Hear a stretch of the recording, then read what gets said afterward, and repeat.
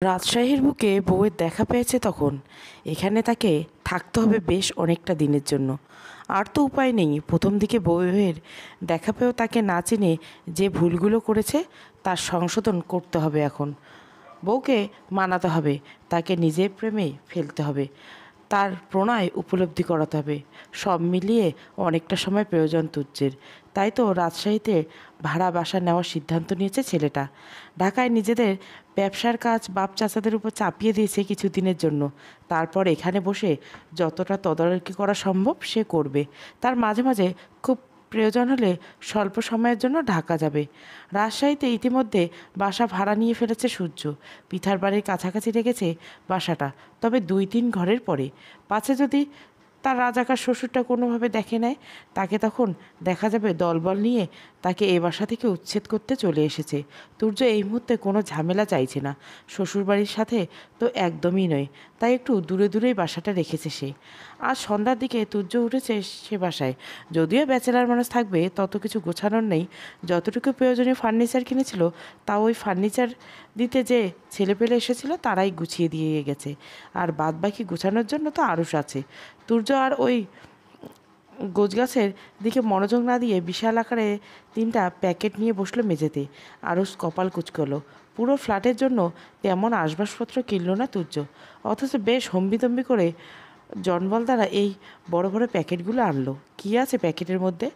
আরুষের সন্দেহ হৃদয়ে জাগলো। সন্ধিয়ান কণ্ঠে সে শুধালো, এর ভিতরে কী আছে স্যার?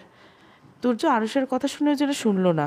কোনো উত্তর না দিয়ে সে বেশ গুরুত্ব সহকারে খুলল বড় প্যাকেটটা। সাথেই প্যাকেটের ভিতর থেকে বেরিয়ে এলো এক নারীর চিত্র। আরুষ ভুরু কুঁচকে এলো। এ কার ছবি? এছাড়া ছবি দেখে তো বেশ পুরনো দিনের কোনো নারীর চরিত্র মনে হচ্ছে। চিত্রকর্মের আদলও বেশ পুরনো, আজকাল যুগের ন্যায় রঙিন এবং নিখুঁত নয়। আগের দিনে চিত্রশিল্পীদের জ্যামিতিক প্যাটার্নের ন্যায় আঁকা এই চিত্রকর্ম। আরুষ ভিতরে ভিতরে কৌতূহল অনুভব করলো। কৌতূহলের কণ্ঠে জিজ্ঞাসা করলো, এ কার ছবি?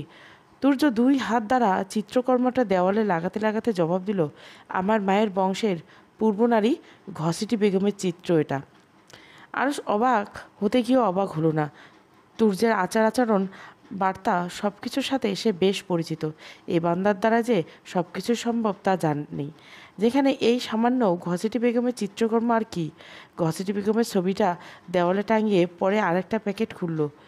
এবার প্যাকেট থেকে একজন পুরুষ চিত্রকর্মে বেরিয়ে এলো। এই পুরুষের চিত্র এই যুগের বলে মনে হচ্ছে না ক্রমক্রমে। আগে ঘসিটি বেগমের চিত্রের ন্যায় আঁকা। আরুষ আবারও কৌতূহলবশত জিজ্ঞাসা করলো, এটা কার ছবি? এবার তুর্য ফিরে তাকালো আরুষের পানে। 2 হাতে চিত্র আরুষের সামনে ধরলো, তারপর বলল, তোর তো একে চেনার কথা আরুষ, ভালো করে দেখ, চোখ নাক মুখ খুঁটিয়ে খুঁটিয়ে দেখ, দেখবি ঠিক চিনে যাবে। আরুষ বিশ্বাস করলো তুর্যের কথা। বড় বড় চোখ করে তাকালো ছবিটির পানে। নিশ্চয় এ ব্যক্তি ইতিহাসখ্যাত কোনো পুরুষ মানুষ হবে যাকে আরুষ চেনার কথা। ইতিহাসখ্যাত ব্যক্তিদের ছাড়া আর তেমন কারো চিত্রকর্ম তৈরি করা হতো না তৎকালীন সময়ে। আরও সময় নিয়ে খুঁটিয়ে খুঁটিয়ে দেখতে লাগলো ছবিটি থাকা পুরুষ। বেশ কিছুক্ষণ নানাভাবে সে চেষ্টা চালালো লোকটার চেনার, কিন্তু ফলাফল শূন্য। আরুষের মাথা চুলকে বলল, কে এটা? আমি চিনতে পারছি না স্যার। সাথে সাথে নাক মুখ কুঁচকে ফেললো তুর্য। নাক ছিটকে বলল, ছি আরুষ, তোকে নিয়ে তো আমার এবার লজ্জার শেষ নেই। তুই কি না নিজের পূর্বপুরুষদের চিনতে পারছিস না? কেমন ছেলে তুই! আরুষ অবাক হলো, সাথে সাথে কিছুটা লজ্জাও পেয়ে গেল। এই পুরুষ কিনা তার পূর্বপুরুষকে চেনে, অথচ সে চিনে না। আরুষের মনে মনে খারাপ লাগলো ভীষণ। সে নিজের বংশের পুরুষদের চেনে না, অথচ তার পূর্বপুরুষদের তুর্য চেনে। এর থেকে লজ্জার আর কী হতে পারে? তবুও আপাতত আরুষ লজ্জা গিলে খেলো। তার এই পূর্বপুরুষকে অবশ্যই চিনতে হবে তাকে, নয়তো পরবর্তীতে আবার কেউ হুট করে এসে সেই ছবি দেখে তাকে জিজ্ঞাসা করলে লজ্জায় পড়বে। আরও জিভা দিয়ে নিজের ওষ্ঠ ভেজালো, জানার আগ্রহ নিয়ে তুর্যকে শুধালো, এর নাম কি স্যার? এ আমার কোন পূর্বপুরুষ? তুর্য যেন এবার মহা বিরক্ত হলো। আরুষের দিক থেকে দৃষ্টি ঘুরিয়ে ছবিটা দেওয়ালে লাগাতে লাগাতে হলো। কপাল কুঁচকে জবাব দিল, এটা মির্জাফর, তোর কলিজার বন্ধনের পূর্বপুরুষ। আরুষ হতাশ, নিজের উপর নিজে বিরক্ত হলো। এ তো জানা কথা ছিল যে তুর্য কোনো গুরুত্বপূর্ণ উত্তর দিবে না, কিন্তু তুর্যের চরিত্রের সম্পর্কে জানার পরও এ কথা তার মাথায় এলো কেন? ধুর, আর কিছুই জিজ্ঞাসা করবে না তুর্যকে। পাগল লোকের সব পাগলামি কথা। আরুষের ভাবনার মধ্যে 3য় নম্বর প্যাকেটটা খুলল তুর্য। এর ভেতর থেকে বেরিয়ে হলো এক পুরুষের ছবি। তবে এ পুরুষ আগেরগুলোর মতো পুরনো নয়। যদি এটা কোনো অংশে চিত্রকর্ম বলে মনে হয় না, এটা ক্যামেরাবন্দি কোনো ছবি মনে হচ্ছে। আরও জিজ্ঞাসা করবে না ভেবে কৌতূহল হয়ে পড়ল। কোনো কিছু না ভেবে জিজ্ঞাসা করলো, এটা কার ছবি? তুর্য দেওয়ালে ছবি লাগালো, ছবির পানে দৃষ্টি রেখে বলল, হবে কোনো এক রাজাকার।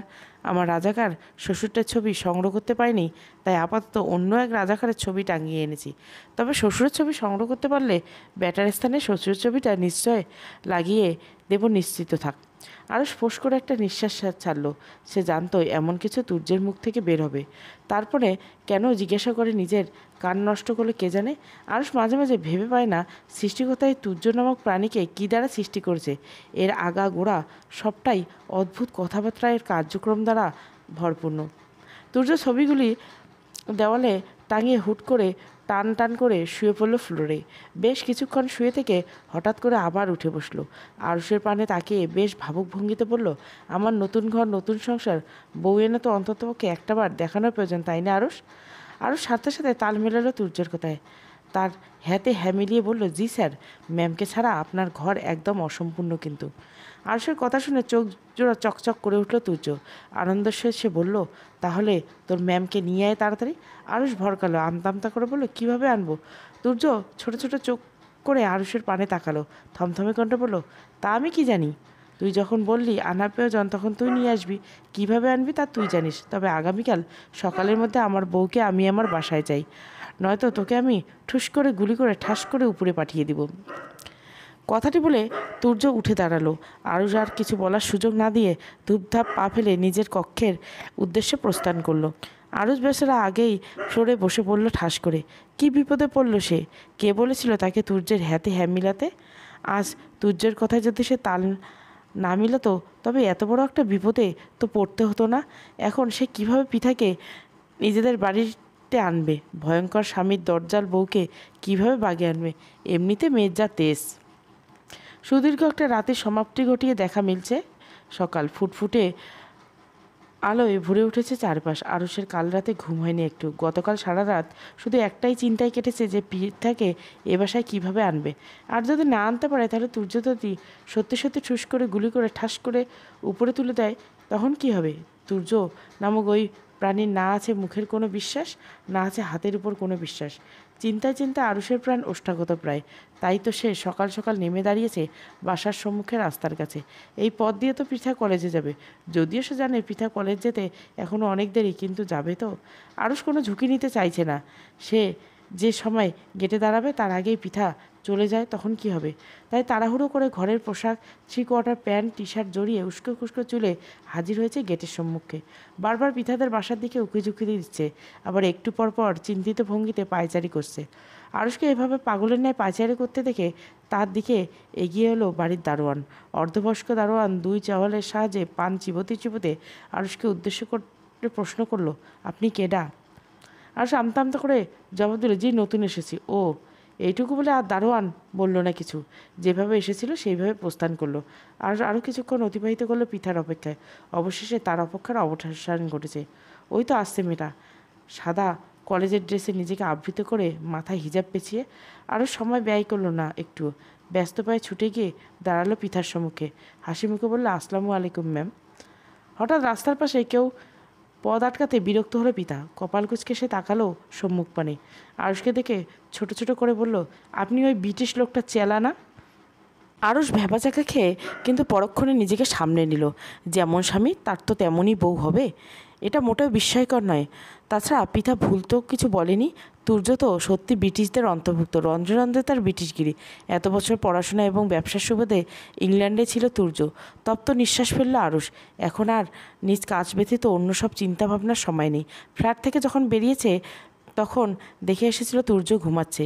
ছেলেটার ঘুম ভাঙার আগে পিঠাকে তাকে ফ্ল্যাটে যেতে হবে। কিন্তু সমস্যা হচ্ছে, এই দরজাল মেয়ে কি তার কথায় রাজি হবে? তুর্যের কথা শুনতেই তো সম্ভবত মুখের উপর নাকচ করে দিবে।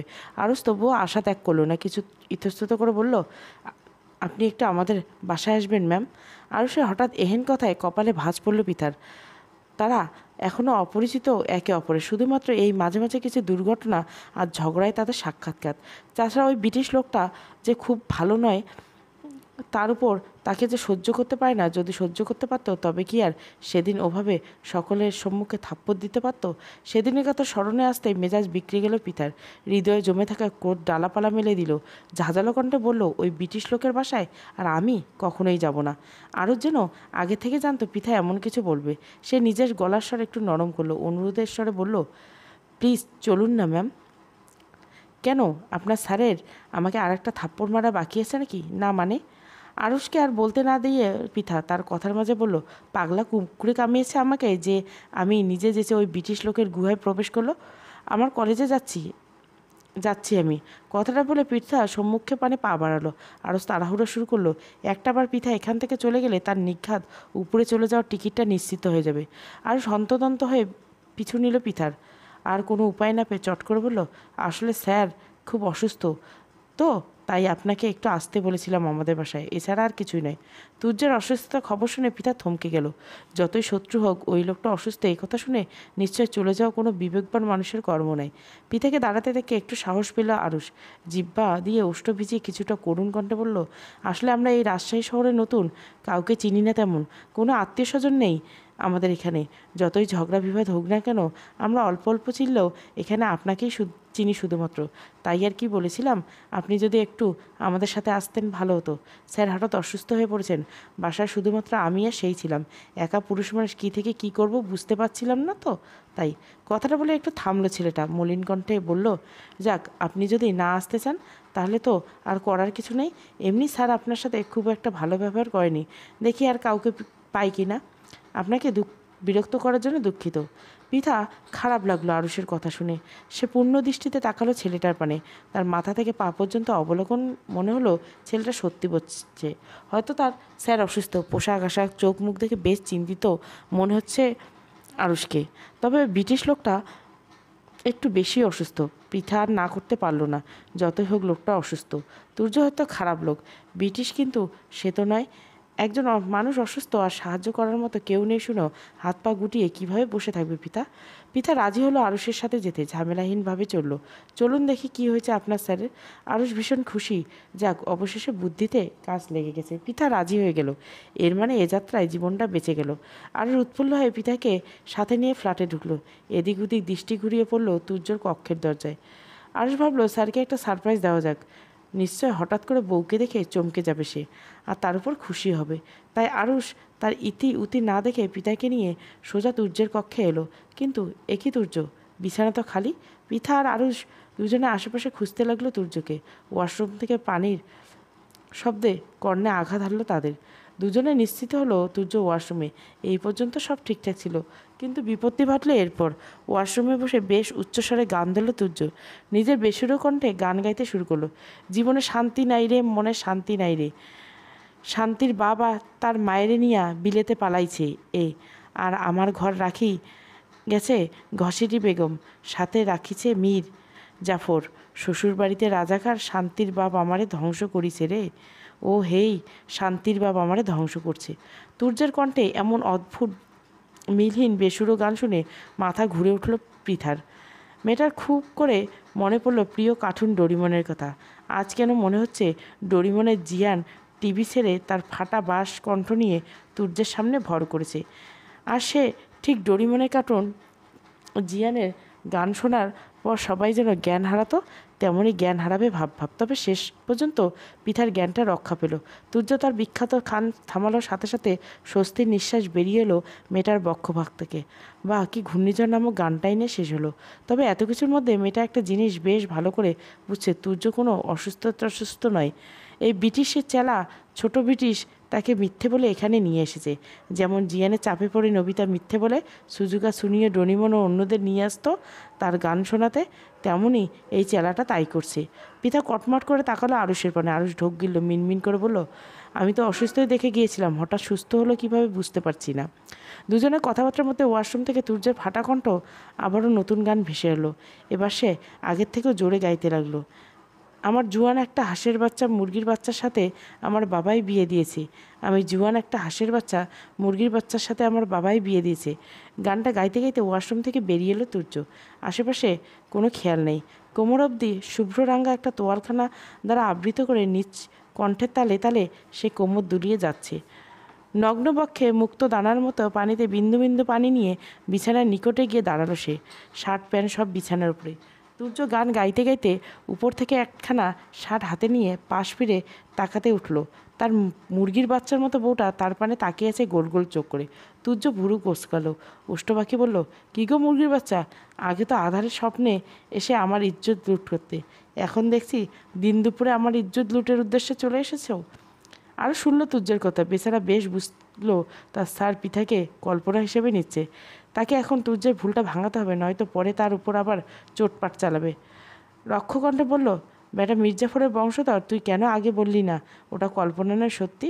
এখন তোর ম্যাম যে আমার সব দেখে নিয়েছে, এর দায়ভার কে নিবে? আর একটু এগিয়ে গেল তুর্যের পানে, গলার স্বর একটু বাড়িয়ে বলল, স্যার, ম্যাম আপনার কল্পনাতে আসেনি, সত্যি এসেছে। আরুষের কথা ধ্যান ভাঙল তুর্য। ধরপড়িয়ে উঠল সে। এর মানে পিতা তার কল্পনা নয়, সত্যি মেয়েটা এসেছে আর এই অবস্থায় তার সামনে দাঁড়িয়ে আছে। সাথে সাথে চেঁচিয়ে উঠল তুর্য, চট জলদি বল, আমার মুরগির বাচ্চা এখানে কেন? পরক্ষণে আবার ছেলেটা দুই হাত নিজের কোমরে জড়ানো তোয়ালটা আঁকড়ে ধরল। হড়বড় করে বলল, ভাগ্যিস কোমরে তোয়ালটা ছিল, নয়তো আমার মান ইজ্জত। এতক্ষণে লজ্জায় গলায় দড়ি দিয়ে আত্মহত্যা করলো। পৃথা হতবাক। কী সব বলছে এই পুরুষ? মাথা টাথা কি সব গেছে? পৃথা অবাক কণ্ঠে বলল, মান ইজ্জতের গলায় দড়ি দিতে পারে? তুজো কপাল টান করে তাকালো পৃথার পানে, তারপর বলল, কেন ওদের মতো নির্লজ্জ মনে হয়? তুজো কপাল টান করে তাকালো পৃথার পানে, অতঃপর বলল, কেন ওদের তোমার মানুষ হয় মনে হয় না? পৃথা আহাম্মক বলল, কী বলছে এই পুরুষ? মান ইজ্জত আবার মানুষ হলো কবে থেকে? মান ইজ্জত মানুষ তো দূরে থাক, ধরা ছোঁয়ার কোনো বস্তু নয়। ছোটবেলা থেকে সে মান ইজ্জত শুধুমাত্র মুখে মুখে শুনে এসেছে, কখনো এদের চোখে দেখার সৌভাগ্য হয়নি। আর এই পুরুষ কিনা মান ইজ্জত মানুষ? পিতা বোকা বোকা কণ্ঠে বলল, মান ইজ্জত মানুষ হলো কবে থেকে? তুমি নির্বিকার ভাবলেসভাবে বলল, মানুষ এখনও হয়নি, তবে হবে। ভাবছি বউয়ের সাথে পরিকল্পনা করে বসবো খুব শিগগিরই। মুরগির বাচ্চা আর হাঁসের বাচ্চা মিলে গোটা 25 টিয়া পাখির মতো ছাউপোনার জন্ম দেব। তারপর সেই ছাউপোনাদের মধ্যে বেছে বেছে দুটোর নাম দেব মান এবং ইজ্জত। পিতা ভরকে গেল। ভরকানো কণ্ঠে বলল, মুরগির বাচ্চা আর হাঁসের বাচ্চা মিলে টিয়া পাখির বাচ্চা কীভাবে হয়? তুর্য বিরক্ত হলো ভীষণ। তার মতো এত বিচক্ষণ একজন মানুষের বউ কিনে এত বোকা। তার এইটুকু কথার মানেও বুঝতে পারছে না। নিশ্চয় ওই রাজাকার শ্বশুর আলবদল আর আল সালাদের মধ্যে থেকে বউটার মস্তিষ্ক এভাবে ফুলে উঠেছে। তুর্যের এখন ভীষণ খারাপ লাগছে। কেন সেদিন বাচ্চা বউটাকে বিয়ের আসলে ফেলে ইংল্যান্ডের পাড়ি দিয়েছিল? সেদিন যদি সে বিদেশে না গিয়ে বউকে আপন করে নিত, বাচ্চা বউটাকে নিজের কাছে রেখে কোলেপিঠে করে মানুষ করতো, তাহলে নিশ্চয় বউটা এতটা মাথা মোটার অধিকারী হতো না। তুর্য বিরক্ত কণ্ঠে বলল, আমি বলে কি ওরা হাঁস মুরগি আর টিয়া পাখির বাচ্চার হবে নাকি? ওগুলো তো আমি ওদের ভালোবেসে বলি, বাচ্চা তো এরা সবাই মানুষের বাচ্চা। পিতা মাথা ঘুরল। মনে হচ্ছে এখনই জ্ঞান হারাবে এই ভদ্রলোকের যুক্তিতর্ক শুনে। এই পুরুষ এসব কী উদ্ভট কথা বলছে। প্রথমে বললো মান ইজ্জত মানুষ, তারপর কী সব মুরগির বাচ্চা, হাঁসের বাচ্চা আর টিয়া পাখির বাচ্চা, সবটাই মাথার উপর দিয়ে গেল মেয়েটার। এই মুহূর্তে পৃথিবীর নিজেকে কেমন মানসিক রোগী মনে হচ্ছে। আচ্ছা, সে নিজে মানসিক রোগী, এই পুরুষ মানসিক রোগী কোনটা? পাবনা থেকে পালিয়ে রাজশাহীতে এসে উঠেনি তো আবার? আরুষ তুর্যের এই অসুস্থতার কথাই বলেছিল হয়তো। পিতা চোখ বড় বড় করে তাকালো আরুষের পানে। চোখে পড়ল ছেলেটা কেমন কাচুমাচু ভঙ্গিতে দাঁড়িয়েছে। পিতার ভয় হলো, এ কোন ছাগল পাগলের কাছে এসে পড়ল সে। ছোটোবেলা থেকে এমনিতে সে পাগল ভয় পায়। ছোটোবেলায় একেবার রাস্তার তাকে এক পাগলে ধাওয়া করেছিল, সেই থেকে পাগল ভয় পায়। এখানে তো পিতা একাই, আর আরুষ তো এই পাগলের লোক। যদি কোনোভাবে তাকে ধরে মারে, সেদিন তো সকলের সম্মুখে থাপ্পড় মারলো, কী জোরেই ব্যথায় দিয়েছিল। ব্যথায় তাৎক্ষণিক পরক্ষণে মনে ছিল দাঁত নড়ে গেছে। মেয়েটা ভয়ার্থ দৃষ্টি এদিক ওদিক তাকালো, অতঃপর হুট করে দৌড়ে বেরিয়ে গেল কক্ষ থেকে। পিতা এভাবে দৌড়ে দেখে হকচকালো তুর্য। সেও ছুটলো মেয়েটার পিছন পিছন, কিন্তু দরজার নিকট আসতে খোয়ালো এলো সে অর্ধনগ্ন। দেহের উদ্যভাগে নিচু নেই, নিচেও শুধুমাত্র শুভ্র রঙের টাওয়াল জড়ানো। তুর্য নির্লজ্জ, ঠিক আছে, তাই বলে এতটা নির্লজ্জ নয় অর্ধউলঙ্গ হয়ে শুধুমাত্র এই তোয়ালটা জড়িয়ে রাস্তায় রাস্তায় দৌড়বে। তুর্য নিজ কক্ষের দরজার সামনে গিয়ে থেমে যায়। আরুষকে তাড়া দিয়ে বলল, আমার বউকে তাড়াতাড়ি ধর আরুষ। পিতা দৌড়ে বেরিয়ে এলো তুর্যদের বিল্ডিং থেকে, তবে সে এসেই থামলো বিল্ডিংয়ের সম্মুখে। দৌড়ে এসে কিছুটা দূরে গিয়ে থামকালো, হাঁটুতে ভর দিয়ে জোরে জোরে নিঃশ্বাসে নিয়ে ধাতস্থ করলো, অতঃপর আবার স্বাভাবিক গতিতে হাঁটা দিল। কিন্তু কিছু দূর যেতে পিতা অনুভব করলো তার নাম ধরে ডাকছে কেউ একজন পুরুষালী কণ্ঠে। আবার ওই ব্রিটিশ লোকের পাগল আর তার চেলাটা না তো। মেয়েটা দাঁড়ালো না, পায়ের গতি বাড়িয়ে দিল। তবে তাই বলে পিছন থেকে তার নাম ধরে ডাকাটা থামেনি, বরং আরও বেশি করে শোনা যাচ্ছে। পিতা আবারও দৌড়ে গিয়ে থেমে গেল। কণ্ঠস্বরটা কেমন চেনা চেনা মনে হচ্ছে। আরুষ কিংবা তুর্যের কণ্ঠের ন্যায় মনে হচ্ছে না। পিতা দাঁড়ালো, পিছন ফিরে তাকাতে চোখ পড়ল অতি পরিচিত একটা মুখশ্রী। এ কি, এ তো পিতার কলেজের একজন সম্মানীয় অধ্যাপক নাহিদ স্যার। যদিও বয়স নিতান্ত অল্প বয়স্ক, সে তবুও স্যার তো তাদের পড়ায়। অথচ তার এত ডাকাডাকি সত্ত্বেও পিতা চলে যাচ্ছিল বেয়াদবের মতো। মনে মনে অনুতপ্ত হলো। মেয়েটা এতক্ষণ তার সম্মুখে এসে দাঁড়ালো। নাহিদ হাঁপাতে হাঁপাতে বলল, কতক্ষণ ধরে ডাকছি, আপনাকে শুনছেন না? পিতা জীবন হারিয়ে ওষ্ঠ ভেজালো, আমতা আমতা করে বলল, দুঃখিত স্যার, আমি শুনিনি। নাহিদ আর বিষয়টা নিয়ে তেমন কথা বাড়ালো না, স্বভাবসুলভ ওষ্ঠে হাসি ফুটিয়ে বলল, আপনি এখানে? জি, আমরা সবাই এখানেই স্যার। ও, আমি একটা কাজে এসেছিলাম। তা কলেজে যাচ্ছেন নাকি? পিতা নাড়ালো, মুখে জবাব দিল, হ্যাঁ। নাহিদ আবারও হাসলো, অতঃপর বলল, আমিও যাচ্ছি, চলুন আমরা একসাথে যাই। পিতা বারণ করতে চেয়ে পারল না, হাজার হলে শিক্ষক মানুষ, তার মুখের উপর না কিভাবে বলবে। পিতা সায় জানালো নাহিদের কথায়, পাশাপাশি হাঁটতে শুরু করলো দুজন। ততক্ষণে তুর্য নিচে চলে এসেছে আরুষকে নিয়ে। বিল্ডিংয়ের সম্মুখে দাঁড়াতে তার চোখে পড়ল অপ্রত্যাশিত দৃশ্য। তার বউয়ের পাশে কিনা অন্য একটা ছেলে হেঁটে যাচ্ছে, আর তোর বউ কি সুন্দর অবলীলভাবে হেঁটে যাচ্ছে ওই অল্প বয়সী ছোকরার পাশে। তুর্য চোখ দুটো জলজল করে উঠল, চোয়াল শক্ত করে এলো মুহূর্তে। বক্ষপিঞ্জ জ্বলে উঠল হিংসাত্মক মনোভাব। তুর্য অগ্নিদৃষ্টি তাকালো পিতার পানে, ভারী কণ্ঠ বলল, এই শিয়ালের বাচ্চা আবার কে? খোঁজ নে আরুষ। আরুষ তুর্যের আসার কিছুটা আগেই এখানে এসে দাঁড়িয়েছিল, তাই পিতার সাথে থাকা ছেলেটাকে বেশ ভালোভাবেই দেখে নিয়েছিল। আরুষ পিতা আর নাহিদের হাঁটার পানে দৃষ্টি রেখে বলল, খোঁজ নিতে হবে স্যার। ছেলেটা ম্যামদের কলেজের শিক্ষক নাহিদ ভুইয়া। প্রথম যেদিন ম্যামকে খুঁজতে তার কলেজে গিয়েছিলাম সেদিন দেখেছিলাম। আরুষের কথায় তুর্য ক্রোধ আরও যেন বাড়ল। কপালে রগগুলো ফুলে নীলচে হয়ে ধরা দিল সাথে সাথে। থমথমে কণ্ঠে সে বলল, মহিলা কলেজে কেন অল্প বয়সী শিক্ষক থাকবে? দেশে কি মহিলা শিক্ষক কিংবা বয়স্ক শিক্ষকের অভাব পড়েছে? আরুষ তাকালো তুর্যের ক্রোধিত মুখপানে, আমতা আমতা করে বলল, আমি আগেই বলেছি স্যার, শিক্ষক পিতার সমতুল্য। তুর্য কটমট করে তাকালো আরুষের পানে, দাঁতে দাঁত চেপে বলল, চুপ থাকা হাম্মুক। তোর এই বেটাকে কোন দিক থেকে আমার বউয়ের বাপ মনে হয়? এই বেটার সাথে কি আমার শ্বশুর বিয়ে দেওয়া যাবে? আর এই বেটা কি আমার শাশুড়ির মতো অর্ধ বুড়ির পানে দুষ্টু মিষ্টি দিবে? উল্টে এমন হাবভাব থেকে মনে হচ্ছে এটা আমার শাশুড়ির মেয়ের দিকে দুষ্টু মিষ্টি দেওয়ার জন্য প্রস্তুত নিচ্ছে। আর কিছু বলার অবকাশ পেল না। তুর্য তো ভুল কিছু বলেনি। আর তাছাড়া নাহিদ এই বেটার হাবভাব খুব একটা ভালো ঠেকেনি তার নিকট। কলেজের স্যারে থাকবে ভাব নিয়ে, তাদের আচরণ হবে অন্যরকম। তা নয় যে ছাত্রী পিছনে পিছন দৌড়ে ছাত্রীর সাথে ভাব বিনিময় করে। কোনো কলেজের শিক্ষক ছাত্রীর তার ডাকে সাড়া না দিলেও পিছনে পিছনে দৌড় শুরু করবে। নিশ্চয় এই নাহিদ শিয়াল, মনে অন্য কিছু চলছে। সময় গড়ালো, পিতার কলেজ ছুটি হয়েছে মাত্র। পিতা কলেজের সম্মুখে দাঁড়িয়ে আছে। তুর্য আর আরুষ অপেক্ষা করছে পিতার জন্য। মেয়েটা গেট থেকে বেরিয়ে আসতে দেখেই গাড়িতে উঠে বসলো তুর্য। পিতা তাদের গাড়ি কাছাকাছি আসতে একটু গলা বাড়িয়ে ছেলেটাকে বলল, গাড়িতে উঠে এসো পিতা। আচমকা কারো এমন কথায় হকচকালো পিতা, তবে পরক্ষণে পাশ ফিরে তুর্যকে দেখে ভুরু কুঁচকাল, সাথে কিছুটা ভয় পেল। এই পাগল আবার এখানে চলে এসেছে কেন? আগে তো তাকে একদম সহ্য করতে পারতো না, আর এখন পিছন ছাড়ছে না। এদের উদ্দেশ্য কী? তারপর আবার গাড়িতে উঠতে বলছে। কোথায় না কোথায় নিয়ে গুম করে দিবে, তার কোনো খারাপ কাজও করতে পারে। অত কথাগুলো ভাবতে আটকে উঠল পিতার নাজুক কিশোরী হৃদয়। আজকাল কোনো মেয়েতেও নিরাপদ নয়। রোজ পত্রিকা খুললে অসংখ্য মেয়েদের সংগ্রাম হারানোর হাহাকার চোখে পড়ে, যেখানে এই লোক তো পিতার অপরিচিত। পিতার হৃদয়ে ভয় ডানা মেলল, দুই হাতে খামচি ধরল নিজের কলেজের ড্রেস দুই পাশে। তখনই আবার ভেসে উঠল তুর্যের ভারী কণ্ঠ। থমথমে কণ্ঠে সে বলল, গাড়িতে উঠে এসো। পিতা দেরি করল না একটু। তুর্যের পানে একবার তাকে আবার দৌড় শুরু করল সম্মুখে। তুর্যের কপালে ভাঁজ পড়ল। এমনিতে সকালে অন্য পুরুষের সাথে দেখে মেজাজটা চটেছিল, এখন আবার এই মেয়ে তাকে উপেক্ষা করলো। সকালেও তাকে উপেক্ষা করে দৌড়ে চলে গিয়েছিল। আবার এখন, অথচ সকালে পরপুরুষের সাথে কি সুন্দর হেসে খেলে হেঁটে গেল। শরীরের রক্ত যেন টকবকিয়ে ফুটে উঠল ছেলেটার। লম্বা লম্বা পা ফেলে সে এগিয়ে গেল পিতার পানে। দুপুরের দিকে রাস্তা ফাঁকা থাকাতে অল্পতে মেয়েটাকে ধরে ফেলল তুর্য। পিতা তবুও তুর্যের হাত থেকে পালানোর চেষ্টা চালালো, কিন্তু ছেলেটা তাকে ছাড়লো না, বরং এক প্রকার টেনে হিঁচড়ে ফেললো গাড়ির ভিতরে, কিন্তু অতঃপর নিজেও গাড়ির ভিতরে ঢুকে বসলো। পিতার এক হাত শক্ত করে ধরে আরুষকে আদর্শের সুরে বলল, বাইরে যা। আদেশ আসতে দেরি কিন্তু আরুষের বাইরে যেতে দেরি হলো না। আরুর জন্য টুপ করে লাফিয়ে গাড়ির বাইরে পড়ব, সাথে সাথে গাড়ির দরজা লক করে দিল তুর্য।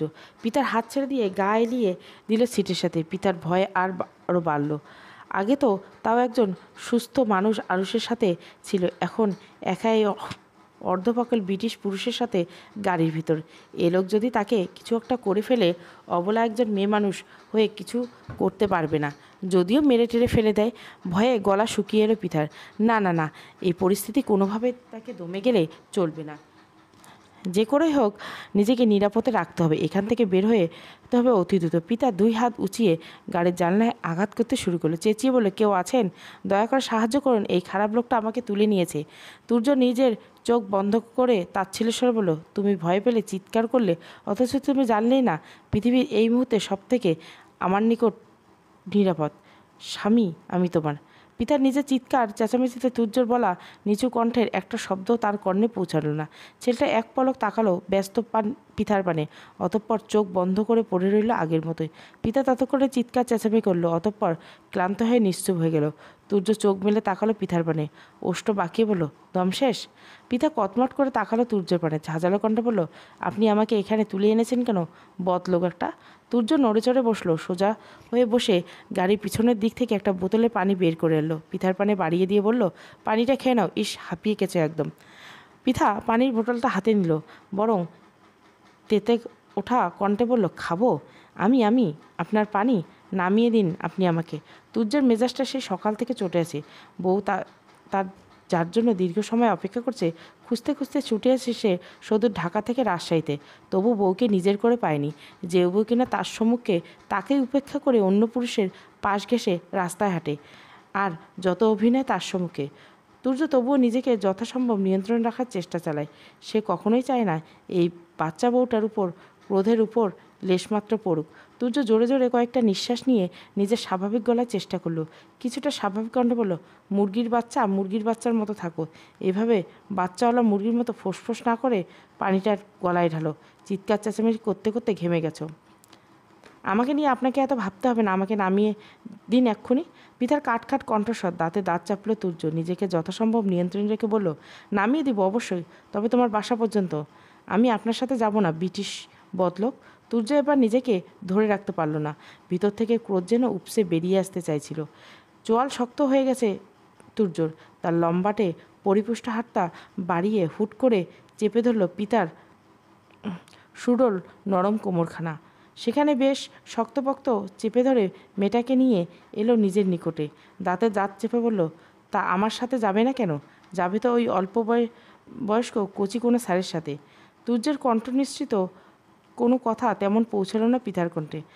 মেয়েটা বরং নাজেহাল হয়ে উঠেছে তুর্যের অপ্রত্যাশিত অনাকাঙ্ক্ষিত স্পর্শে। এই প্রথম পিতারঙ্গে কোনো পুরুষ ছোঁয়ায়, তাও এতটা গভীরভাবে। শরীরের গভীরতম এক স্থানে মেয়েটা ক্ষণে ক্ষণে কেঁপে উঠছে। তীব্র অস্বস্তিবোধ নাজুক হয়ে পড়েছে ছোট্ট মেয়েটার কিশোরী হৃদয়। ভিতরে ভিতরে তোড়পাড় শুরু হলো। এলোমেলো দৃষ্টি ফেলল পিতা, কম্পিত কণ্ঠে বলল, আমাকে ছেড়ে কথা বলুন। তুর্য ছাড়ল না, বরং টেনে মেয়েটাকে আরও নিকটে নিল। পিতার মুখের কাছে মুখ নিয়ে বলল, ছাড়বো না, কি করবে তুমি? তুর্যের প্রতিটি নিঃশ্বাসের বায়ু আস্তে আস্তে পড়ছে পিতার চোখ মুখে। পরম আবেশের চোখ বন্ধ করে নিল মেয়েটা। কিন্তু তুর্যের বিষয় হলো, তুর্যের এই অনাকাঙ্ক্ষিত স্পর্শ পিতার কেমন খারাপ লাগছে না। পিতা শুনেছে পুরুষ মানুষ অযাচিত স্পর্শ, খারাপ স্পর্শ, কুনজর নাকি নারীরা বুঝতে পারে। পিতা হয়তো এর আগেও এমন স্পর্শের কখনো সম্মুখীন হয়নি, তবে কোনো পুরুষ নজর দেখে বুঝে নিতে পারত কোনটা ভালো এবং কোনটা খারাপ। তবে আজ কেন এই স্পর্শের মানে সে বুঝতে পারছে না। এই অপরিচিত স্পর্শ খারাপ লাগছে না পিতার নিকট, আবার ভালোও লাগছে না। এমন দোটানায় মন মেজেছে। লজ্জা, ভয়, সংকোচ, সংশয় হৃদয়ে আবদ্ধ হয়েছে। তবু কেন যেন পিতা জোর গলায় কিছু বলতে পারছে না। এটাই বোধহয় পবিত্র বন্ধনের সম্পর্ক। লোকমুখে শোনা যায় বিয়ে নামক পবিত্র বন্ধনে আবদ্ধ হলে দুই নরনারীর মধ্যে সৃষ্টিকর্তা অদৃশ্য বন্ধন সৃষ্টি করে রাখে সাথে। কথাটা বোধহয় বেহুলা অংশ সত্যি। তাই না জেনে না বুঝে তুর্যের স্পর্শকে খারাপের খাতায় ফেলতে পারছে না মেয়েটা। পিতা চোখ বন্ধ করে শীতল কণ্ঠে বলল, চিৎকার করবো আমি। তুর্য বাঁকা হাসলো। পিতার মনের অবস্থা একটু হলে বুঝলো সে। ক্ষীণকণ্ঠে ছেলেটা বলল, প্রথমত তুমি হাজার চিৎকার করেও তোমার কণ্ঠ উচ্চারিত একটা শব্দ গাড়ির বাইরে যাবে না। দ্বিতীয়ত তুর্য চৌধুরীর হাত থেকে তোমাকে বাঁচানোর সাধ্য কারো নেই এই মুহূর্তে, কারো নেই মুরগির বাচ্চা। তুর্য চৌধুরীর নামটা কম্পন ধারালো পিতার কায়ায় জুড়ে। এর আগে বহুবার এই লোকের সাথে পিতার দেখা হয়েছে, ঝগড়া হয়েছে, তবে নামটা জানা হয়নি। বারবার ব্রিটিশ লোক বলে সম্বোধন করছে, কিন্তু এই নামটা কেমন পরিচিত পরিচিত মনে হচ্ছে। কোথাও শুনেছে হয়তো, কিন্তু কোথায় শুনেছে পিতা মনে করতে ব্যর্থ হলো। যেথায় শুনেছে শুনুক। এখন এই লোকের থেকে নিজেকে মুক্তি করায় মেয়েটার একমাত্র লক্ষ্য হয়ে উচিত। কিন্তু সে লেগেছে এর নামের রহস্য খুঁজতে। তুর্য চৌধুরীর নামটা মাথা থেকে ঝেড়ে ফেলে দিল পিতা। মুহূর্তে আবার আগের রূপ ফিরে এলো। কটমট করে বলল, ছাড়ুন আমাকে অসভ্য পুরুষ মানুষ। তুর্য দাঁতে দাঁত চাপলো। কটমট করে বলল, ছাড়লে ওই চ্যাংড়া শাড়ির সাথে কাছে যাবে নাকি? সেই পায়তারা করছে। তুর্য তীক্ষ্ণ দৃষ্টি তাকালো তুর্যের পানে। তখন থেকে নাহিদ স্যারকে নিয়ে লোক অপমানের পর অপমান করে যাচ্ছে। কেন? নাহিদ স্যারের সাথে তার কোনো সম্পর্ক আছে? নেই তো। শুধুমাত্র আজ সকালে একটু কলেজে এসেছে, তাই এই লোক এত কথা বানিয়ে ফেললো। পিতা ফুঁসড়ে উঠল। ঝাঁঝালো কণ্ঠ বলল, আমি যার কাছে খুশি যাব, আপনার কি? আপনি কোন অধিকারে আমাকে এসব বলছেন? তুর্য লেখে গেল। খাবলে ধরল মেয়েটার নরম কোমরের ভাঁজ। ক্রোধে হিসিয়ে বলল, কোন অধিকারে বলছি? যা, তোমার রাজাকার বাপকে জিজ্ঞাসা করো। সে খুব ভালোভাবে চেনে আমাকে, আর আমার অধিকারটা তার সম্পূর্ণ জানা। পিতা তেতে উঠল। উঁচু কণ্ঠে বলল, একদম আমার বাবাকে উল্টোপাল্টা কথা বলবে না। আমার বাবা মোটেও রাজাকার না, বরং আপনি ব্রিটিশ। তুর্য মুখ বাঁকালো। নির্লিপ্ত কণ্ঠে বলল, তোমার বাপ রাজাকার, ভাই দুটা আলবদল আলমাস। তোমার গোষ্ঠীশুদ্ধ বেইমানের দল, শুধুমাত্র তুমি ছাড়া। মুখ সামলে কথা বলুন। তুর্য আলতো হাসলো। পিতার পানে আরেকটু ঝুঁকে বলল, মুখ সামলাবো না আমি? কি করব? মুখে চুমু খাবো? তেমন ইচ্ছে থাকলেও দ্রুত কাজটা সেরেই ফেলি। শুভ কাছে দেরি করতে নেই, জানো না? পিতা হতভম্ব হয়ে গেল। সব কিছু যেন মাথার উপর থেকে চলে গেল। এতক্ষণ না হয় চেপে ধরে ক্রোধের বেশে এখন চুমু খাওয়ার কথা বলছে। আগে তো ভেবেছিলাম এ লোক শুধুমাত্র ব্রিটিশ, তারপরে আবিষ্কার করলো ব্রিটিশের পাশাপাশি আতপাগল, এখন অসভ্যও বটে। ছি ছি, চরিত্র কি ছিরি! পিতার হতবাক মাঝে তাকে ছেড়ে দিল তুর্য। ঠিকঠাক হয়ে বসে পকেট থেকে মোবাইল বের করে আরুষকে মেসেজ দেয়, গাড়িতে আয়। আরুষ প্রায় সাথে সাথে গাড়িতে আসে। ড্রাইভিং সিটে বসে গাড়ি স্টার্ট করলো দ্রুততায়। এরপরে সময় কেটে গেল খুব দ্রুত। এমনি কলেজ আর পিতার বাড়ি দূরত্ব বেশি নয়, তার উপর মেয়েটা চুপচাপ বসে রয়েছে গাড়ির সিটে। আরুষ কিছুক্ষণের মধ্যে বিল্ডিংয়ের সম্মুখে এসে থামালো গাড়িটা।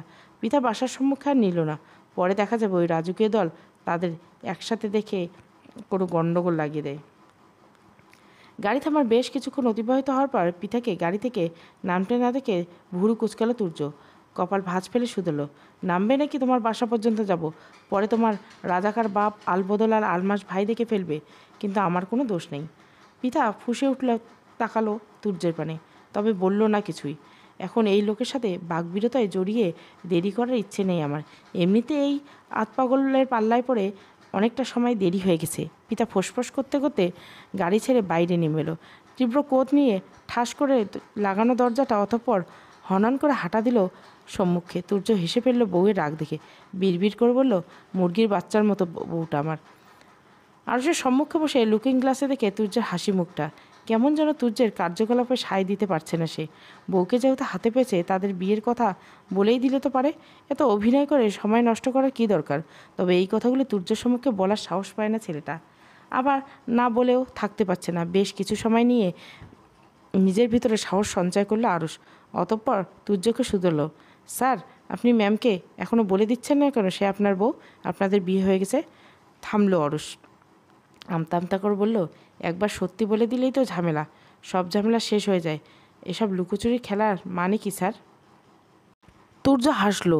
গাড়ির সিটের সাথে গা এলিয়ে দিয়ে বলল, বউয়ের সাথে লুকোচুরি খেলতে ভালোই লাগছে আরুষ। বউটা বিভ্রান্তিকর মুখশ্রী হৃদয়ে প্রশান্তি দিচ্ছে। তপ্ত নিঃশ্বাস ফেলল আরুষ। বিড়বিড়ে বলল, এই প্রশান্তি আবার অশান্তির কারণ হয়ে দাঁড়ায়। আরুষ নিচু স্বরে কথাগুলো তুর্যের কর্ণে ঠিকঠাক পৌঁছালো না। ভুরে গেছে সে শুধালো, কিছু বললি? আরুষ এড়িয়ে যেতে চাইলো তুর্যকে। এই কথাগুলো শুনলে আবার কি না কি বলে আতপাগল লোকটা, কোনো বিশ্বাস নেই। আরুষ কণ্ঠস্বর স্বাভাবিক রেখে বলল, তেমন কিছু না স্যার। বিকেল তেজিন সূর্য দুপুরের ন্যায় প্রচণ্ড গরম আর তেজ ছড়াচ্ছে সে। আবহাওয়া বেশ সদয় আজ। মৃদুল শীতল বাতাস বইছে চারিপাশে। আবহাওয়ার এমন অনুকূল রূপ দেখে রিদি এসে জুটেছে পিতাদের বাড়িতে। উদ্দেশ্য পিতাকে নিয়ে বাইরে বেরোবে, কিছু কেনাকাটা আছে তার। প্রথমে পিতা রাজি না হলেও রিদির জোড়াজুড়িতে না করতে পারল না। দুই বান্ধবী একদম সেজেগুজে কক্ষ থেকে বেরিয়ে এলো। এখন শপিং করতে যাবে, তারপর একটু ঘুরবে। শেষে পড়ন্ত বিকেলে গোধূলির লগ্নে সাক্ষী রেখে ফুচকা খেয়ে বাড়িতে ফিরবে। তবে তাদের এই অত পরিকল্পনা টিকলো না খুব বেশিক্ষণ। বাসার কক্ষে এসে পরিকল্পনা ভাটা লাগিয়ে দিল পিয়াস। ছেলেটা বসেছিল বাসার কক্ষের সোফাতে। দুই বান্ধবীকে এত সেজেগুজে বেরোতে ভুরু কুচকে এলো পিয়াস। থমথমে কণ্ঠে প্রশ্ন করলো, কোথায় যাচ্ছিস? রিদি আর পিতা থমকে দাঁড়ালো সাথে সাথে। রিদি মেয়েটা জড়সড় হয়ে দাঁড়ালো পিতার একপাশে। এমনিতে ভাই বাবায় যত ভালোবাসা দিক না কেন, কোনো সময় শাসন করতে পিছপা হয় না তারা। তাছাড়া তার এক ভাই তো শরীর ভর্তি ক্রোধ। পিতা আমতা আমতা শুরু করলো, ভেঙে ভেঙে বলল, এই বাইরে যাচ্ছিলাম একটু, রিদির কিছু কেনাকাটা আছে তাই। পিয়াস আর চোখে তাকালো ভীত রিদির বাণে। মেয়েটা তাকে অজানা কারণে ভয় পায় সর্বদা। কখন এই মেয়ের উপর নিজের ক্রোধ প্রকাশ করবে বা ক্রোধে দুই চারটা থাপ্পড় মেরেছে তাও তো কম নয়। তারপরেও কেমন যেন মেয়েটা তার সম্মুখে আসলে গুটিয়ে যায়। অন্যদের বেলায় তো বেশ প্রাণোচ্ছল চাঞ্চল দেখায়, তাহলে তার দোষটা কি? তাকে কেন ভয় পায়? তপ্ত নিঃশ্বাস ফেলল পিয়াস। বসা থেকে উঠে দাঁড়িয়ে বলল, চল আমিও যাব তোদের সাথে। পিয়াসের কথা সাথে যাওয়ার কথা শুনে আঁতকে উঠল দুই রমণী। রিদি খামচে ধরল পিতার হাত। সাথে পিয়াস যাওয়ার মানে সকল পরিকল্পনাতে জল ঢালা। পিয়াস তাদের বাসা থেকে সোজা শপিং মলে নিয়ে যাবে, সেখান থেকে আবার খেদিয়ে বাড়িতে নিয়ে আসবে। আর ঘোরাঘুরি হবে না, আর ফুচকা খাওয়াতে হবে না। পিতার জিভা দ্বারা নিজের দুই ওষ্ঠ ভিজিয়ে নিল, অতঃপর বলল, তোমাকে যেতে হবে না ভাইয়া, আমরা দুই বান্ধবী তো আছি, যাবো আর চলে আসবো। পিয়াস এক পলক তাকালো বোনের পরে, অতঃপর রিদির পানে শীতল দৃষ্টি নিক্ষেপ করে বলল, এর জন্যই তো আমাকে আরও বেশি করে যেতে হবে। এক গর্দভের সাথে আর এক যাচ্ছে গর্দভ। পিতা আর রিদি অপমানিত বোস করলো, তবে পিয়াসের মুখের উপর কিছু বলার সাহস হলো না তাদের। অগত্যা পিয়াসের সাথে শপিং যাওয়ার জন্য উদ্যত হলো দুই নারী। কিছু বাদে কাছাকাছি একটা ছোট্ট শপিং মলে এসে পৌঁছালো পিয়াস, রিদি আর পিতা। তারা শপিং মলে ঢুকতে দেখলো পৌঁছালো তুর্য আর আরুষ।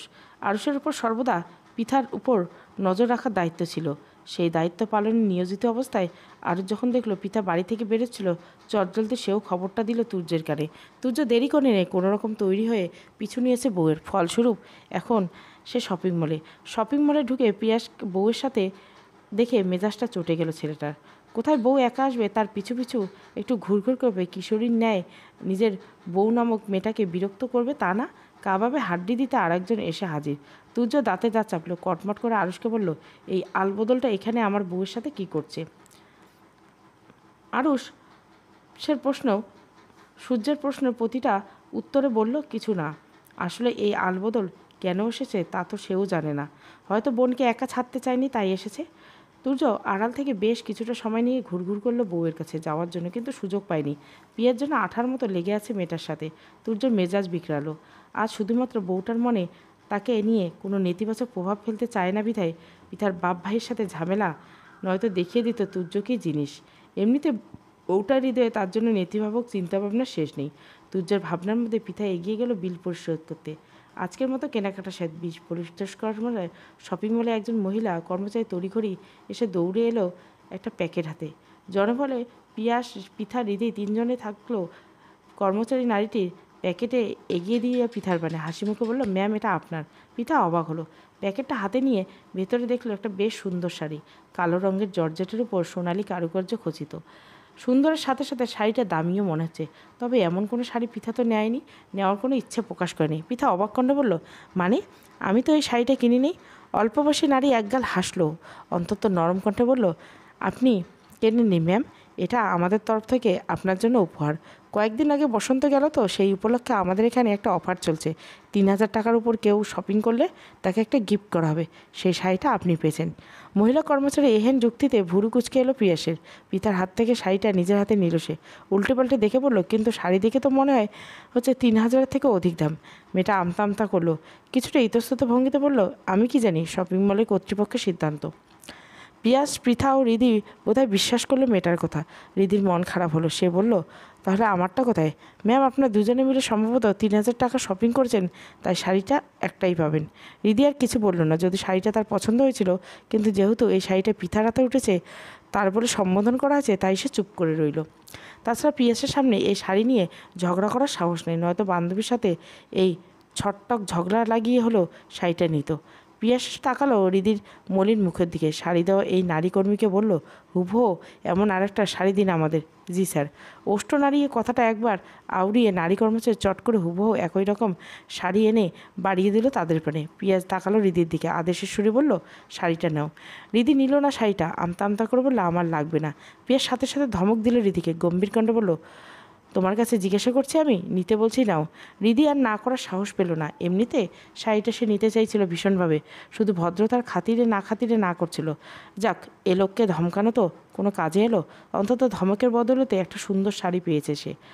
রাত বেড়েছে কিছুটা, চারিদিকে যদিও এখনও নীরব হয়ে গ্রাস করেনি, অন্ধকার গ্রাস করছে বেশ ভালোভাবে।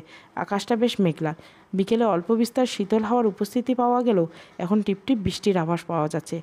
আবহাওয়া খারাপ থাকায় শিকদার বাড়ির সবাই আজ তাড়াতাড়ি নিজেদের রাতের খাবারের পাট চুকিয়ে যার যার কক্ষে দ্বারে দিয়েছে। পৃথার কক্ষে প্রবেশ করতে বিছানার উপর রাখা বিকেলের শপিং মল থেকে পাওয়া শাড়িটা হাতে তুলে নিল। 2 পা ফেলে গিয়ে দাঁড়ালো ড্রেসিং টেবিলের সম্মুখে। শাড়িটা গায়ে ফেলে দেখতে লাগলো কেমন লাগছে। শাড়িটা ভারী পছন্দ হয়েছে মেয়েটার। ভাগ্যে যার শপিং মলে গিয়েছিল, সে নয়তো কত সুন্দর একটা শাড়ি মিস করতো। পিতা শাড়িটা নিয়ে ব্যস্তর মধ্যে বিছানার উপর ফেলে রাখা তার মোবাইলটা বেজে উঠল প্রবল ঝংকার তুলে। মেয়েটা বিরক্ত হলো, কে আবার এই সময় কল করছে। পিতা এক ব্রাশ বিরক্ত নিয়ে এগিয়ে এলো বিছানার পানে। মোবাইল স্ক্রিনে জল করছে অপরিচিত নাম্বার। একবার রিসিভ করবে না বলে ভেবে নিল কলটা রিসিভ করলো। যদি কেউ কোনো প্রয়োজনে কল করে থাকে, তবে কল ধরে মেয়েটা নিজের বিৎকার বিরক্তিভাব প্রকাশ করলো না, বরং নর্মাল কণ্ঠে বলল, আসসালামু আলাইকুম, কে বলছেন? সাথে সাথে ওপাশ থেকে ভেসে এলো এক পুরুষালী গভীর কণ্ঠস্বর। সালামের সাথে জবাব দিল, ওয়ালাইকুম সালাম। আমি কে তা জানার আগে বলো, তোমার এই বয়সে মোবাইল কে দিয়েছে? পিতা কপাল কুঁচকে এলো। কে এই লোক? মাঝরাতে কল করে জবাব দিতে চাইছে, আর পিতাই বা কেন অপরিচিত কাউকে কৈফিয়ত দিবে?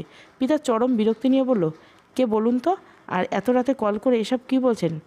আগে বলো, তোমাকে এই বয়সে মোবাইল কে দিয়েছে? পিতা চোখ মুখ খিচে বলল, বাবা দিয়েছে। হ্যাঁ, তা তো দিবেই। তোমার রাজাকার বাপটা আমার কপাল পোড়ার জন্য উঠে পড়ে লেগেছে দেখছি। এই রাজাকার, এইটুকু শুনে পিতা বুঝে গেল কে হতে পারে লোকটা। দাঁতে দাঁত চেপল পিতা, কটমট করে বলল, এই ব্রিটিশ লোক, আপনি আমার নাম্বার কোথায় পেয়েছেন? তুর্য যেন মজা পেল পিতার কথায়, রসিয়ে বলল, আকাশে বাতাসে আমার মনে। পিতা তেতে গেল। এই 8 ঘন্টা পাগল তো হাত ধুয়ে তার পিছনে পড়ে আছে, চাইছেটা কি? পিতা ঝাঁঝালো কণ্ঠ প্রশ্ন করলো, অসভ্য লোক, আমাকে এত রাতে কল করেছেন কেন?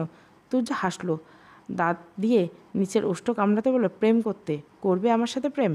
পৃথা মুখ বাঁকালো, ভেঙচি কেটে বলল, আপনার মতো ব্রিটিশ আতপাগল লোকের সাথে প্রেম করার সাথে কচু গাছের সাথে গলায় দড়ি দিয়ে টানাটানি করবো, তাও ভালো। তুর্য ভুরু কোচকালো, বেশ দৃঢ় কণ্ঠে বলল, কিন্তু প্রেম তো তোমার আমার সাথেই করতে হবে, আমি ছাড়া তোমার গতি নেই। পিতা জ্বলে উঠল, গর্জনে বলল, একদম বাজে কথা বলবে না। ব্রিটিশ পুরুষ রাত বিরতে একটা মেয়েকে কল করে এমন নির্লজ্জমর্কা কথা বলতে লজ্জা করেছেন না আপনার? আপনাকে আমি ব্রিটিশ আতপাগল ভেবেছিলাম, এখন দেখছি চরম অসভ্য বটে। আমি আপনার ভাবনার চেয়েও অধিক অসভ্য মুরগির বাচ্চা, ধীরে ধীরে টের পাবে। পিতা ভেঙচি কাটলো, তাচ্ছিল্যে বলল, আপনার সাথে কথা হলে তো পাবে, আপনার সাথে তো আমার কথাই হবে না। তুর্য নিঃশব্দে হাসলো, ছোট একটা শ্বাস ফেলে বলল, আমাদের আবার দেখা হবে, কথা হবে। এই বিশাল আকারের আকাশের ছোট্ট একটা ভালোবাসাময় ঘরে সুখময় সংসার হবে। তুর্যের বলা প্রতিটা কথা মন দিয়ে শুনল পিতা। হৃদয়ে অনুভূতি কড়া নাড়ালো সাথে সাথে। হৃদয় স্পন্দন গাঢ় হয়ে উঠতে শুরু করেছে ধীরে ধীরে, তবে পরক্ষণে বিভ্রান্ত হয়ে পড়ল। এই পুরুষ কেন এত রাতে তাকে কল করে এসব প্রেমময় বাক্য আওড়াচ্ছে? এ পুরুষ এখনও তার নিকট অপরিচিত মানবের কাতারে পড়ে। দুজনের সম্পর্কে তেমন কিছু জানা হয়ে ওঠেনি এখনও।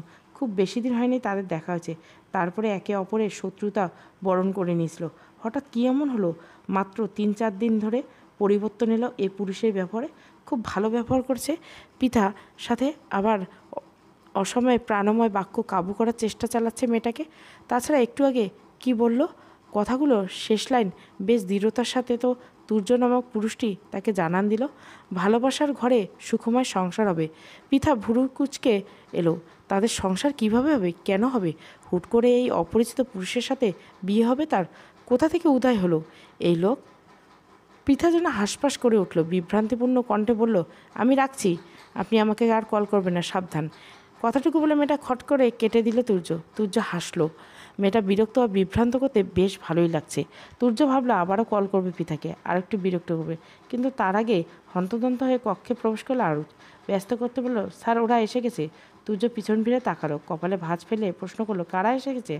আরুষ তাড়াহুড়ো শুরু করলো, হড়বড়িয়ে বলল, শাহিন মির্জা যে আমাদের হাতে বন্দি, তার দলের লোকেরা জেনে গেছে ইতিমধ্যে। তার লেজ ধরে রাজশাহী পর্যন্ত পৌঁছে গেছে ওরা। মুহূর্তে তুর্যর চোখ মুখ শক্ত হয়ে গেল। গম্ভীর কণ্ঠে সে বলল, সিকিউরিটি বাড়ি দে, যেখানে যেটাকে পাবি তুলে নিবি। একটা গাধার বাচ্চার জন্য রাজশাহী বাড়িতে পড়ে না থাকে। সুদীর্ঘ একটা রাত গড়িয়ে সকালে দেখা মিলছে। রাতে নিস্তব্ধতা ঘেরা শহরটা আবারও ব্যস্ত হয়ে পড়েছে ধীরে ধীরে। তবে এই ব্যস্ততার মাঝে ভয়ঙ্কর রূপ ধারণ করেছে। আজ হামলে পড়বে কিছু ভয়ঙ্কর শ্রেণীর লোক সমাজে রাজশাহীর উপর মম্ফল শহরে সন্ত্রাস কিংবা গোলাগুলির মতো ঘটনা দেখা যায় না তেমন। আজ গুলি চলছে, তীব্র বেগে গুলি, চিৎকার চেঁচামেচি, জনগণের বাঁচার হাহাকার ধ্বনি শোনা যাচ্ছে চারিদিকে। আরও দেখা যাচ্ছে সেই ভিড়পূর্ণ গোলাগুলিময় স্থানে। কাউকে কল করে সে বলছে কিছু একটা। কিছুটা সময় অতিবাহিত হয়ে ভিড় ঠেলে বেরিয়ে এলো পরিপুষ্ট বলিষ্ঠ দেহে কিছু জনসংখ্যা।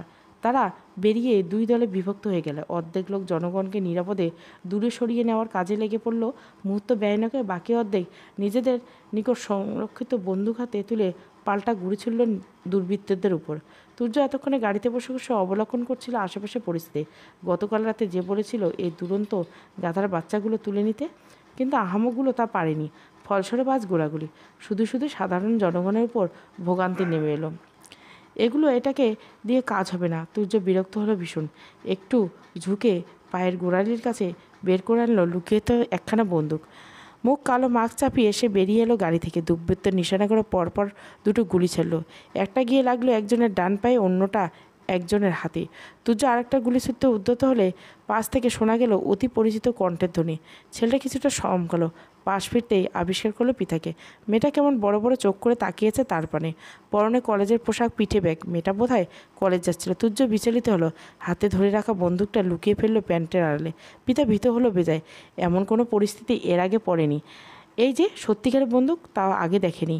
এই তো হুট করে সম্মুখে গোলাগুলি, রক্তপাত, আহত, চিৎকার চেঁচামেচি, লোকজন ছোটাছুটি দেখে ভীত হয়ে পড়েছে মেয়েটা। তার উপর আবার তার সম্মুখে দাঁড়িয়ে এই লোক গুলি চালাচ্ছে কি দক্ষতার সাথে। পিতা ভীতির মধ্যে সে লক্ষ্য করলো তার সম্মুখে এতগুলো গুলি চালাচ্ছে, এগিয়ে আসছে তার পানে। মেয়েটা ভীত হলো আরও। লোকটা তার পানে কেন যাচ্ছে? তাকে গুলি চালাতে দেখে ফেলছে বলে মেরে দিবে কি এখন? দ্বিতীয় পারে এদের বিশ্বাস নেই। পিতা ভয়ে 2 পা পিছিয়ে গেল। গম্ভীরতে বলল, আমাকে মারবেন না প্লিজ। আমার এখনও বিয়ে করা বাকি। আমি মরে গেলে আমার জামাইটার বিয়ের আগে বিধবা হয়। পিতার কথায় ভুরু কোঁচকাল। মেয়েটা আবল তাবল এসব কী বলে? মাথা ঠিক আছে তো? তুই যা আবারও তড়িঘড়ি করে এগিয়ে গেল পিতার পানে।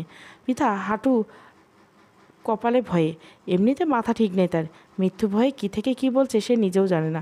নয়তো নিজের সজ্ঞানে থাকলে এমন পরিস্থিতির কথা, উদ্ভট কথাবার্তা অন্তত তার মুখে বেরোতো না। পিতা নিজের প্রাণ বাঁচাতে পালাতে চাইল, কিন্তু পারল না। তার আগেই তাকে ধরে ফেলল তুর্য। পিতার কলিজা কাঁপল। তার ভাবনার সাথে মৃত্যুর সম্মুখীন এসে দাঁড়িয়েছে। না, আর পারল না। মস্তিষ্কের মাত্রাতিরিক্ত চাপ ও চিন্তায় মেয়েটা জ্ঞান হারাতে সময় নিল না বেশিক্ষণ। ঢলে পড়ল তুর্যের বক্ষে। তুর্য অস্থির হলো। হৃদয়ে ঝরে উঠল কি হয়েছে তার ছোট্ট বউটার। তুর্য বিচলিত কণ্ঠে ডাক দিল, বউ। বলল, পিতা। এই পিতা, কি হয়েছে? চোখ খুলো। পিতা চোখ খুলল না। তুর্যর অস্থিরতা বাড়তে থাকলো। সে মেয়েটাকে নিয়ে বসালো গাড়ির ভিতর। অতঃপর নিজের সিটে বসে মেয়েটার মাথা কাঁধে নিল। আলতোভাবে কয়েকটা চাপড় দিয়ে বউয়ের নরম গেলে আবার ডাকল, পিথু। এই পিথু। পিতার হুঁশ নেই, কথাই বলছে না। তুর্য অস্থিরতা নিজের মুখ থেকে মাস্কটা খুলে ছুঁড়ে মারল গাড়ির পিছনে থাকার দিকে। গাড়ির ভিতরে থাকা পানির বোতলে অল্প পানি হাতে ছিটে মারল পিথার চোখে। তবুও মেয়েটা চোখ খুলল না। তুর্য ভেজা হাতে আবারও আলতোভাবে কয়েকটা চড় দিল মেটার গালে। ব্যগ্র কণ্ঠে শুধালো, কী হয়েছে? কথা বলো বউ। এদিকে গোলাগুলি থেমে গেছে ততক্ষণে। তুর্যের লোকেরা দুর্বৃত্তের পুরো দলটাকে ঘিরে নিয়েছে, স্থান পরিষ্কার করছে। পরিস্থিতি এখনও সম্পূর্ণ অনুকূলে। কেউ এসে হুট করে বলতে পারবে না এখানে একটু আগে গোলাগুলি হয়েছে। আরুষ এসে বসলো গাড়ির ড্রাইভিং সিটে। পিতাকে নিথর হয়ে পড়ে থাকতে দেখে তুর্যকে উদ্দেশ্য করে জিজ্ঞাসা করলো, ম্যাম, ম্যামের কী হয়েছে স্যার? তুর্য পিতার পানে দৃষ্টি রেখে জবাব দিল, গোলাগুলি দেখে ভয় পেয়েছে। থামলো তুর্য, চোখ মুখ শক্ত করে পরক্ষণে বলল, গাধার বাচ্চাগুলোকে যতক্ষণ পেটাবি, যতক্ষণ না জ্ঞান হারায়। আমার বউকে ভয় দেখানো ওদের বাপের নামেই আমি ভুলিয়ে দিব আজ। কথাটা শেষ করে আবার ব্যস্ত ভঙ্গি এভাবে পানি ছিটিয়ে দিল পিতার চোখ মুখে। মেয়েটা খানিক বাদে পিটপিট করে চোখ মেলে তাকালো, সাথে সাথে উত্তেজিত হয়ে পড়ল।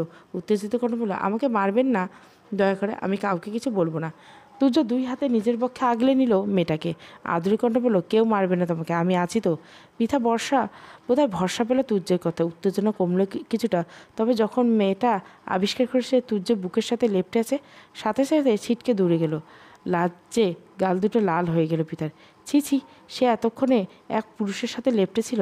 এলোমেলো দৃষ্টি ফেললো, আমতা আমতা করে বলল, ওখানে একটা লোক গুলি চালাচ্ছিল তো, তাই একটু ভয় পেয়ে গিয়েছিলাম আর কি। তুর্য স্বস্তির নিঃশ্বাস পেল, যাক মেয়েটা তাকে চিনে নেই, চিনলে হয়তো ঝামেলা হতো। এমনিতে তাদের সম্পর্কে ঠিক নেই, তার মধ্যে যদি পিতা কোনো মতে এই জেনে যেত এই গোলামুল সে, তবে এ জন্মে বউকে পাওয়া হতো না। ভাগ্যিস মাস্ক পরেছিল, ওই মাস্কটা আজ বাঁচিয়ে দিল। রাতের আধারে ছোঁয়া গেছে চারপাশটা, চারিদিকে নীরব হতে শুরু করছে একটু একটু করে। শিকদার বাড়ির সবাই রাতের খাবার খেতে বসেতে ইতিমধ্যে। পিতা খাবার নিয়ে শুধু বসে রয়েছে, খাচ্ছে না মেয়েটা। চোখে মুখে বারবার তার ভেসে উঠছে আজ সারাদিনের ঘটনাগুলো। সারাদিনের স্মৃতিচারণ করতে করতে হঠাৎ মেয়েটার স্মরণে এলো তুর্যের কথা। অমন একটা ভয়ঙ্কর পরিস্থিতির মধ্যে ওই লোকটাই তো তাকে বাঁচিয়েছিল। আসলে এই তুর্য চৌধুরী আসলে কে, কী পরিচয়? পিতার হঠাৎ মনে এলো, সেদিন ছেলেটা বলেছিল তার বাবা তুর্য চৌধুরীকে চিনতেও পারে।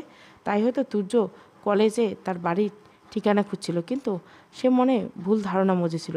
তাছাড়া পিতার নিকট তুর্য চৌধুরীর নামটা পরিচিত মনে হচ্ছে, তবে কোথায় শুনেছে মনে করতে পারছে না। পৃথা চোখ তুলে বাবার পানে তাকালো, উৎসুক হয়ে বলল, বাবা। পলাশ শিকদার খেতেই জবাব দিল, কিছু বলবে? পৃথা কোনো ভঙ্গিতে ছাড়াই সরাসরি প্রশ্ন করলো, তুর্য চৌধুরী কে বাবা?